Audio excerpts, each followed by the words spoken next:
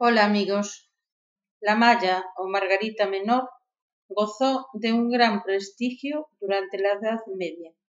La medicina popular actual utiliza esta planta contra las afecciones gástricas para estimular el apetito, afecciones hepáticas, biliares, pero sobre todo para limpiar la sangre. También se utiliza frecuentemente para las enfermedades cutáneas. Contra las manchas en el cuerpo se hierve la planta con sus raíces en agua de lluvia y desaparecerán las manchas después de haberlas lavado con esta agua. Contra las impurezas de la piel vertemos una cucharada de malla y otra de trinitaria en 1 litro de agua a temperatura ambiente.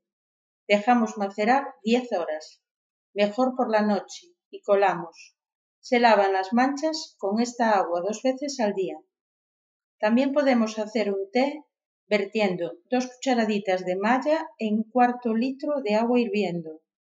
Dejamos reposar 10 minutos y colamos. Bebemos 2 tazas al día y utilizamos apósitos mojados en este té aplicados sobre heridas que cicatrizan mal y sobre manchas cutáneas.